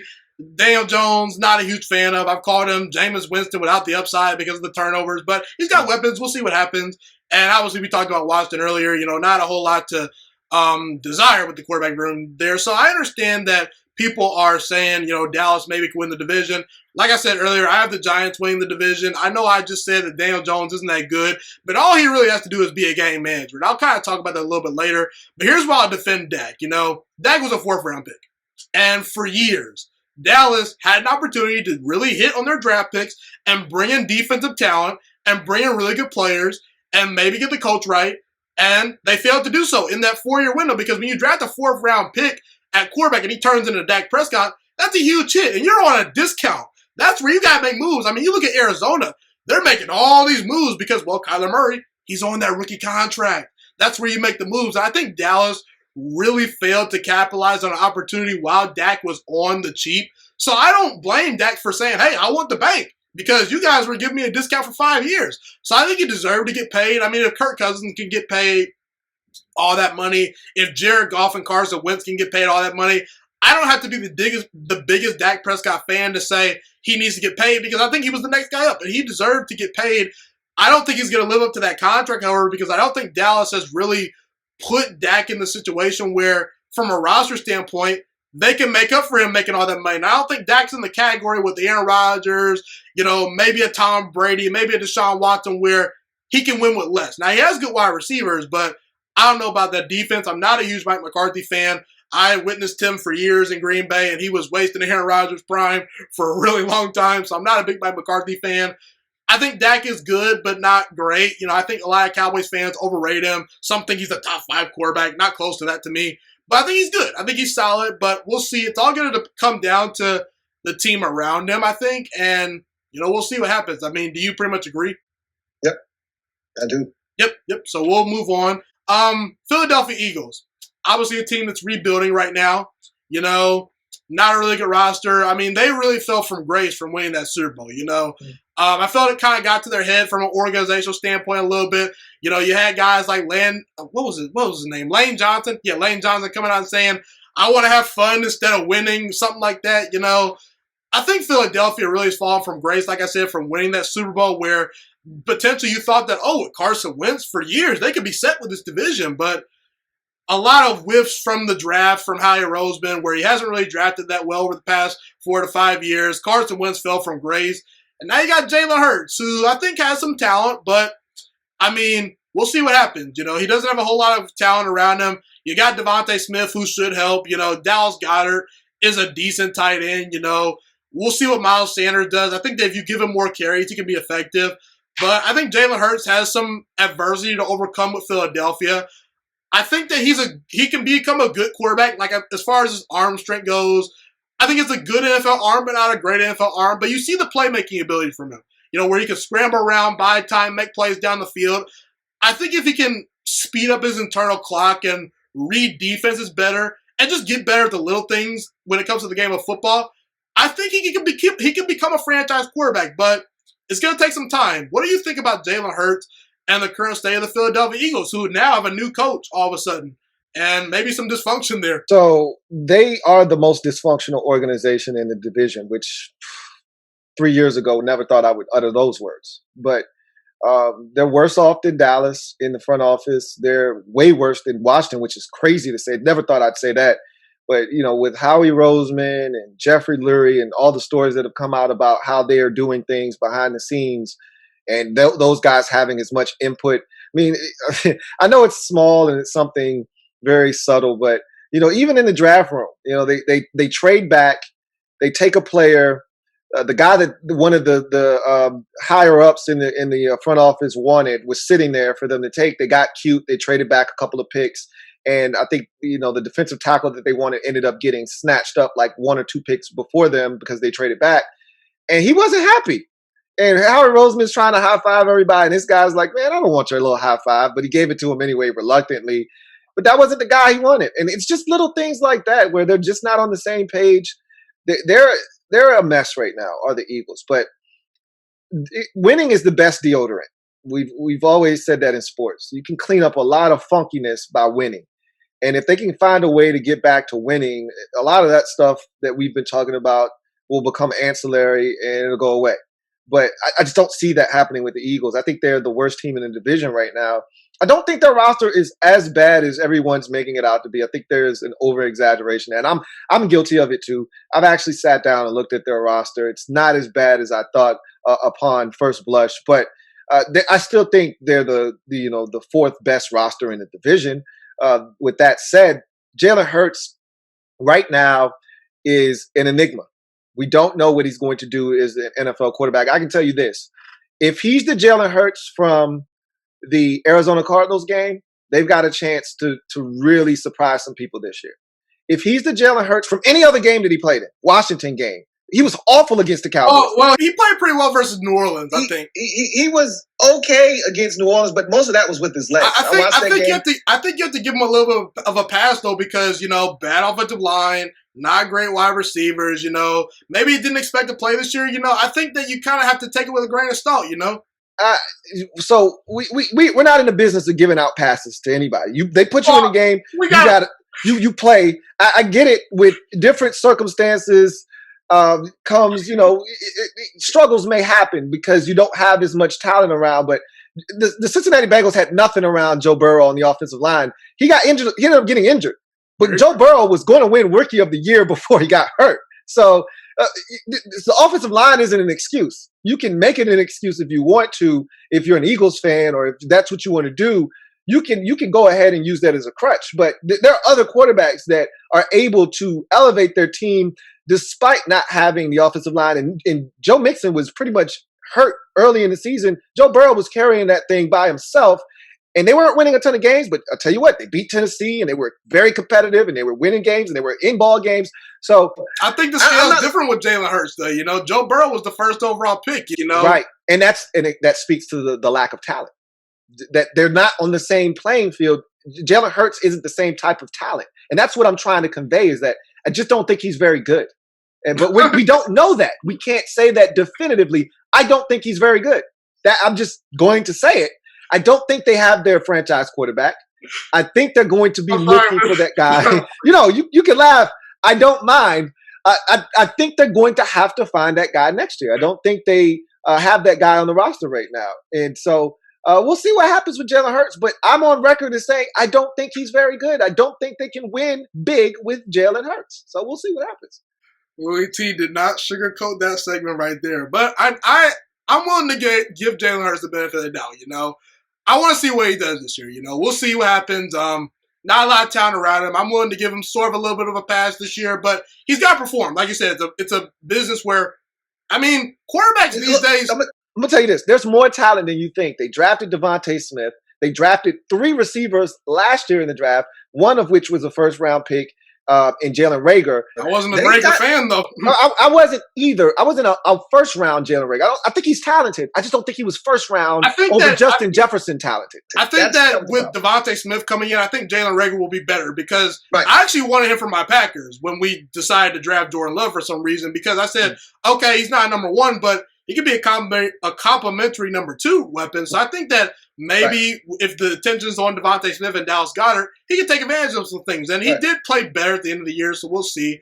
But yeah, we'll see. The jury's still out with Jalen Hurts, But I will say, I think when it comes to quarterbacks, we have to be grading them on a little bit of an upper scale because nowadays, coaches are incorporating, college schemes, you actually can get help taking the Wonder League test, where a couple of years ago, you didn't have the coaching staffs. You didn't have these quarterback camps that these guys have. I think that in today's NFL, if you're not the guy after 2 or 3 years, then bye-bye. Especially how much quarterbacks get paid because if Jalen Hurts is the guy, eventually he's going to have to get paid. The same thing with Daniel Jones. Going to eventually get paid. Same thing with, Kyler Murray. Going to eventually have to get paid. So I understand where you're going, but I'm willing to give Jalen Hurts a little bit more leeway than you are, And look, I'm not saying that they should bail on him right now. You're just saying that your gut feeling says he's not going to be the guy. Right, exactly. Got it. I think that he has a little more stuff in him than you're willing to give him credit for. Couple more topics, then we'll end the show right here. little bit of a sour one right here, I should say. Well, actually, I'll shift to the Giants because I want to talk about the Giants a little bit. How do you think the Giants have built around Daniel Jones? I think personally this year, he's really got no excuses. He's got really good wide receivers, Kenny Galladay, Kadarius Toney. His other wide receivers hopefully are going to be healthy this year. Darius Slayton, Sterling Shepard, Saquon Barkley comes back this year. The offensive line should be improved. You've got a pretty good defense. You've got a good head coach in Joe Judge. I know Giants fans want to make excuses for Daniel Jones about how when he was drafted, the offensive line was bad, the wide receivers were bad, the coaching staff was bad. I get it, and he's made it to this point. Congratulations, Daniel Jones. You made it to this point, but you got to start performing. And eventually, like I said, you might have to pay Daniel Jones a bunch of money if he's your franchise quarterback. So I think he's got to perform pretty well this year, and there's really no excuses. What do you think? So the rebuttal to what you just said would be, well, look at his stats from his first year. Yeah, there were a ton of fumbles. Everybody, Danny Fumbles, that's where the nickname came from, all of that good jazz. But the guy threw 27 touchdowns in his rookie season. Only 13 interceptions. Like, he was outstanding in a bunch of games, including, one of his first starts against Tampa Bay and a comeback win. Like, he was really good in that rookie season at times. People like myself will point to by rookie quarterback standards, he passed the test. Yeah, exactly. So he regressed in year 2. That was the problem for a lot of people, is that he regressed a little bit. There were some games in there that would have been different if he had some more help. They beat the Eagles on a Thursday night. Up 2 guys. If Evan Ingram doesn't drop a third down conversion, they win that game. Like, there's their season could have been totally different if he had a little bit more help. And by the way, they were 1 game away from winning the division. I mean, if Philadelphia beats you guys, then they win the division. So it's not like it was because of him, but they were in the mix, So I think Daniel Jones is a little bit better than people give him credit for. I'm not a massive Daniel Jones fan, but you could do a hell of a lot worse than Daniel Jones. That said, as you mentioned, I said they're the most improved team in the division. So I think that the sky's the limit for the Giants. I love Joe Judge. I said that when he got the job. Listened to his first interview. I said, this guy gets it. And he showed that by his actions during the course of the season, benching Golden Tate for some things that he didn't like and he said. And I just think that they've got the right guy as their head coach. For the first time in a long time, I think Dave Gettleman is actually getting some praise. I'm not a Dave Gettleman guy, but I actually thought he had a strong offseason. And, you get Saquon Barkley back. That feels like another addition of a first-round pick, essentially. This is a team that they have all the tools and all the weapons necessary to do damage this year. We'll just see. My saying has been for the Giants, they got guns and shit. Do they know how to use them is going to be the question. We'll see. But they got all the tools necessary, all the weapons you could ask for. Now, do they have the guy, pulling the trigger and Daniel Jones to get it done? Yeah, and like I mentioned earlier, I haven't really dove into all my off-season predictions, but I'm higher on the Giants than most people. I believe they're going to win the division, and like I said, I'm not a huge Daniel Jones fan, but really all he has to be is a game manager. You got Saquon Barkley to hand the ball off to. You got really good wide receivers. Just don't mess it up. And I think that's his biggest problem is that he tries to do a little bit too much. You see the fumbles. You see him holding onto the ball way too long. You see the turnovers. I think a lot of those things will be eliminated this year, hopefully, because he's going to be in the second year of the system with Jason Garrett. More normal offseason. I think the pandemic really shocked a lot of young quarterbacks last year. We saw Haskins. We saw Sam Darnold. We saw Daniel Jones suffer because of the pandemic last year. So I think he'll be improved. And I don't know if he's a long-term guy, but I think that he could potentially buy him some time this year. And if he doesn't work out with these weapons, then, the next quarterback set up pretty well, I should say. But really quickly, Jalen Hurts or Daniel Jones? Who you taking? Oh, Daniel Jones. That's not close. Not close? Oh, man. I might have to take Jalen Hurts. I don't know. But I will say Daniel Jones' ability to run the football is underrated. We saw that almost 80-yard touchdown that he had when he fell down for some reason. But, we'll see. We'll see. I think that I'm in wait and see mode with Daniel Jones. Not a huge fan, but I'm willing to give him the benefit of the doubt. We'll see what happens. Couple more topics, then we'll end the show right here.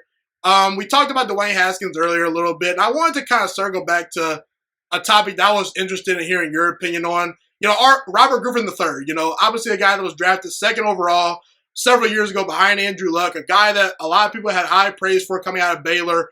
Obviously, great rookie season, but then gets hurt, doesn't really seem to get back on track, has has some opportunities with other teams, hasn't really seemed to take advantage of those things. As of right now, he's a backup quarterback. So what happened in your opinion, Louie T, to the point where Robert Griffin III was so highly touted, had so much upside, then just turned into a backup quarterback all of a sudden? What do you think went south there? Why did Robert Griffin III fail as a Washington football team member, or a Redskin member, I should say? Well, that's well documented.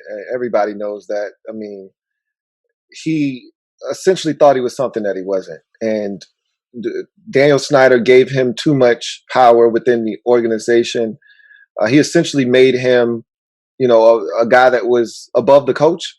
And anytime a player can go into the owner's office and, jump over the head of the head coach, it makes for a bad organizational structure. Your players should answer to the coach, and the coach should answer to the guys in the front office, and they should answer to the owner. And there should be a hierarchy and a power structure, and it should be followed, and it wasn't in Washington. And that's always been the problem with Daniel Snyder, is that he allows players to circumvent the coaching staff to come to him. And that was one of the biggest problems, was that Robert Griffin III thought he was better than everybody else on the team, and that he had preferential treatment, and that he shouldn't have to do certain things. He saw Kirk Cousins running a different scheme than what he was running, so he felt like he needed to be a drop back passer, which he wasn't ready to do. His dad said, "You show me a running quarterback, I'll show you a loser." So of course, if his son is hearing that and he's preaching that to his son, and he's thinking, "I don't need to be running the football. I just got injured. I need to play from the pocket like Aaron Rodgers and some of these other guys," which he wasn't ready to do that. The Shanahans did a masterful job of putting together a plan for him to be able to assimilate his talents into the league and not rush him along. And they told owner Daniel Snyder that if we draft this kid, we need time to develop him as a drop back passer. He's not there yet. He's not even close to being there. In the meantime, let us develop a scheme that'll allow him to be successful, and we'll bring him along as a drop back passer. Well, after the 2012 season, he blew up. It went straight to his head. He brought in a list of plays that he wasn't going to run anymore, most of them featuring him using his legs. And the Shanahan's like, "Are you crazy, man? Get out of here with this nonsense." And the owner was like, "No, we're serious." Like, yeah, he didn't want to run these plays anymore. Like, it was a mess. And so he wanted to be more of a drop back passer. So they tried that. And guess what? He failed epically, because that's not who he is. And it's been chronicled. It's been well documented. I can't wait till the 30 for 30 comes out. We probably got to wait another 4 or 5 years. He's about to get a job as an analyst for one of these networks, more likely than not ESPN, and he'll do a fantastic job at it. But his NFL career is over. It's done. And he had opportunity in Cleveland. Didn't work. Why? Because he's not good. He had an opportunity in Baltimore, and then you get the people that love Robert Griffin III to make excuses. "Oh, well, the half of the team was out because of the pandemic." I don't want to hear that. I don't care. You got an opportunity. You got to take advantage of it. It's kind of like with Josh Rosen. It's actually kind of like with Josh Rosen. People could talk about how he's, been dealt with a bad hand. And I keep telling people, maybe that's true. But the bottom line is Josh Rosen has had 3 opportunities on 3 different teams. In fact, all you have to do was beat out Ryan Fitzpatrick in Miami. And he's the guy. And they traded a 2nd-round pick for him. I mean, you mean to tell me that they're going to give him a 2nd-round pick for a guy that they don't, quote-unquote, believe in a little bit? I mean, he had a shot. And I just feel like that when it comes to NFL quarterbacks, a lot of times, situation matters. I'm going to say that again. I think Dwayne Haskins was rushed into the fire way too early, and that was a part of the reason why he failed. But also, it comes down to performance. At some point, you have to perform. And I think that it's sad with Robert Griffin III. Maybe he doesn't, see bad times if the injury didn't happen, but ultimately, he had opportunities and he just didn't perform, His ego got in the way. It's ego. It's this self-fulfilling prophecy. He thought he was something that he wasn't. He didn't have enough people backing him, around him, to tell him what the reality was. There was what he saw it as, and then there was reality. And there weren't enough people around him to tell him that his reality and the actual world that we live in were two totally different things. He needed to have more people around him that say, "Hey, look, Robert, this is where we are with this. I know you want to do this, but we're not ready to do that yet." But that's not what his dad was telling him. That's not what his mom was telling him. Yeah? He's been surrounded by They were saying it's everyone else's fault but yours. Exactly. Yeah, it was a sad time. And look, I was a Robert Griffin III fan, and sadly his career is kind of been a disappointment, But hey, maybe he could be a great analyst one day. And I'm wishing him the best. That's all I got to say. I want to talk about London Fletcher a little bit right here because, the guy is second all-time in tackles, and he's not a Hall of Famer right now, and I really don't know why. I think a lot of I think that he's kind of getting the Levante David treatment. I'm actually kind of happy that Tom Brady went to Tampa Bay, not necessarily because I'm a Tom Brady fan, but I think that put a spotlight on Tampa Bay, and it put a spotlight on really good players they had, like Levante David, who probably were never going to really get the spotlight if someone like Tom Brady didn't come to Tampa Bay, where this guy's putting up great numbers, Hall of Fame level numbers, but no one's paying attention because Tampa Bay stinks. They don't care about the team. And look, media coverage matters with these players, and guys like Levante David, who didn't get all the media coverage, are finally starting to get media coverage, and they're saying, oh, the guy's really good. Well, he didn't just get this good. He's been this good for a while. You just weren't paying attention. I think that because the Redskins were so bad for so long, London Fletcher went under the radar so long. He wasn't quite as good as a guy like Bobby Wagner or a guy like, Luke Kuechly, but he's a darn good football player. And I really don't know why he's not a Hall of Famer. Can you speak to that maybe, Louie T, a little bit? Yeah, because everybody's not supposed to get into the Hall of Fame. So you don't think he's a Hall of Famer? No. Why not? Because what I just said, everybody's not supposed to get in the Hall of Fame. You can't just let everybody in because you play 18 years in the league and you amassed a bunch of tackles on a bunch of bad teams. That doesn't make you a Hall of Fame player. Like, you have to be a guy that comes with accolades, and you have to be universally known as one of the best players in the league during your era of playing. That's never been who London Fletcher has been. As a matter of fact, took him like 15 years or whatever, the first 12, 13 years of his career to even get into the Pro Bowl. Like, he's not a Hall of Fame player. When you're a Hall of Famer, we shouldn't be having a discussion about whether you're a Hall of Fame player or not. If I look at 5 different people and ask you, is this guy a Hall of Famer? It should be pretty much a consensus there. This guy's a Hall of Fame. If we're having a debate, we're having a discussion as to whether this guy belongs in or not, then that probably means he shouldn't be a Hall of Famer. And I don't look at London Fletcher. He's a really good player, deserves to be in the Washington Ring of Fame, which he is, but he's not a Hall of Fame football player. Bobby Wagner is a Hall of Fame, a future Hall of Fame football player. One of the best linebackers during his era of playing in this league. Luke Kuechly, even a guy like Patrick Willis, who only played 8 seasons in this league, has more of a fame resume than London Fletcher, who played way longer than Patrick Willis. So, no, I don't think he's a Hall of Fame. I think that's the problem with the NFL Hall of Fame right now anyway, is that and Deion Sanders spoke to this. It's just letting anybody in. You can't just let random guys into the Hall of Fame just because. He's second all time in tackles. That's fine. He could be second all time. Brian Mitchell. What if he was first all time? Mitchell is second in the NFL in all-purpose yards all time behind Jerry Rice. He's not getting in the Hall of Fame. I think he should be in the Hall of Fame. But he's not getting in, more likely than not. Devin Hester's going to get in. So should London Fletcher be in or not? No, I already said that. I said that when you asked the question. No, he's not a Hall of Famer. Wow. He's not a Hall of Fame player. When we watched London Fletcher's career, were you saying this when he was playing? Did you say, man, he's a future Hall of Famer? Were you saying that when London Fletcher was playing? That doesn't matter. I'm looking at the stuff right now. Right, wait, that's the point. You're making my point for me. If you have to wait till that person's career is over and then assess that they're a Hall of Fame, then they're not a Hall of Fame player. We should be saying that this guy's a Hall of Fame player while they're playing. So when his career is over, he should be in Canton. Not the career's over and now we look back like, oh man, I didn't know he was second in tackles. He should be in the Hall of Fame. That's not how this works. That's not how any of this works. I'm glad I asked that question because I actually thought you'd be on my side, but unfortunately not. But I understand your point. All right, final topic, then we're going to get out of here. It's been a great show so far, but I wanted to get your thoughts because you cover pretty much other NFL topics besides Washington and things like that. So I got my way too early playoff teams. Now, again, for y'all viewers out there, don't quite hold me to this because I go through the year, roughly in July is when I start doing all my record predictions and things like that. So these aren't set in stone, but so far, let's go over the NFC just really quickly. So far, I got Bucks in. I think the 49ers can get in. I like what they have. I think the Packers, if Aaron Rodgers plays, they'll be in. I think the Giants can get in. I talked about them earlier. I got the Rams, Cardinals, Vikings. Louie T, what do you think about those 7 teams? Obviously, like you said, it's way too early for me. I couldn't tell you. some of those teams, if they're healthy, they're locks. The Packers, if Rodgers plays and he's healthy, they're getting in. The Rams, if they're relatively healthy, Stafford stays healthy, the defense, Aaron Donald and Jalen Ramsey stays healthy, they're in. Seahawks, same deal. They're in if Russell Wilson's healthy.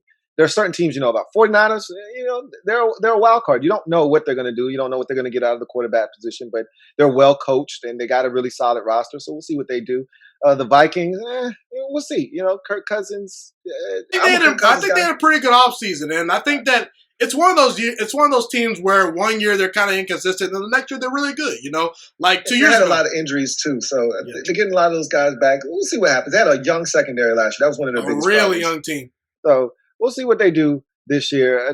They're interesting. They're intriguing. And then you said the Buccaneers. Yeah, I mean, they probably are the only team that we don't know what the Saints are a wild card. We don't know what Jameis Winston is going to do in that system with Sean Payton. But it's pretty safe to say if the Bucs are healthy, they're going to be a really good team again, and they're going to make the playoffs. So I don't think that anything you said is way off base, but there are probably one or two alterations that can be made to that list ultimately when we get to the season.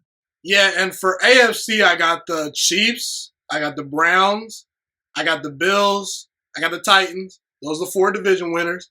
Mm-hmm. Then wild card, I got Ravens. I actually have the Chargers in there. I like what they did this offseason. Mm-hmm. I think Justin Herbert takes a leap. And then I got the Patriots. I think I like what the Patriots did. So what do you think about that list? Kansas City, Browns, Bills, Titans, Ravens, Chargers, Patriots. Swap out the Patriots and the Chargers for the Broncos and the Dolphins. And we're probably you're a believer in Drew Lock and Tua. I haven't given up on Drew Lock. I think he's really talented. I've seen enough from him to know that he's capable of getting it done. And he just needs to stay healthy. The Broncos' defense is really good. I think it's going to be really good this year. Patrick Surtain added to that secondary. It was already really good. Now it's like top 5 in the league. Right. I think they've got a chance to be really good. And I think, we're always really harsh on these quarterbacks early on in their careers. I mean, hell, I just told you, I think Justin, I just told you that I don't think that Jalen Hurts can get it done. I mean, I just think that's because of a lack of, pure talent. But Tua has everything that he needs to be successful. And they had a tremendous offseason at the Dolphins, and they won 10 games last year. The expectation is that they're a good team, and he's the only thing stopping them from making the postseason. So he's got to play well this year, or else, they could be in the market for a quarterback next year. And it's crazy to say that because he's only been in the league 1 year, and he's going into his second season. But that's how we are with these young quarterbacks now. They don't get a grace period like they used to. So I think Tua is going to be fine. And I think the Dolphins have a chance to be really good. So, yeah. I was a Drew Lock fan when he came out. And as I've seen his NFL career go down, I've been reluctant to kind of sell my Drew Lock stock, even though I might keep a little bit, when it comes to Tua. Wasn't a huge fan of him at Alabama. Still not a huge fan of him right now. I think he's going to be probably the biggest reason why they don't make the playoffs, because I think Miami has an incredible roster. I like Brian Flores. I like the defense. I like the weapons. But Tua doesn't take enough chances for me. Not my cup of tea, but hey, I could be wrong. I've been wrong many times. Right. I've been right more times than wrong, but we'll see. We'll see. Well, Louie T, thank you so much for coming on. I know it was hard to get this arranged because of our schedules, but thank you so much for coming on, man. I think the people will enjoy this episode. You have a great day, man. You do the same. Appreciate you. Yep, no doubt. Thank you so much for watching this video today. Please also note that the Juice Alert Sports Podcast is not just a YouTube channel. It is available on all podcasting platforms, including Spotify, Google Podcasts, iTunes, and Apple Podcasts. Also, if you enjoyed this video, be sure to like, comment, subscribe, and share this content with all your friends. This podcast is my favorite thing in the entire world right now. It is my passion. And I want more people to listen to this podcast. I really want this podcast to grow. Also, a fun fact about me is that I want to go into the sports broadcasting and media world once I graduate from the University of Toledo, a college in Northern Ohio. I am looking to become one of the next great sports broadcasters and analysts out in the world. And I potentially would like to start my own network if this podcast really truly grows. Or if I fall short of that goal, I would love to work for a big-time network like ESPN or Fox Sports 1. I am open to all networks. So if you believe in my dreams and you see or hear my passion through the screen, be sure to tell all your friends about the Juice Alert Sports Podcast. Stay motivated, you guys. Have a God bless day, and I'm out.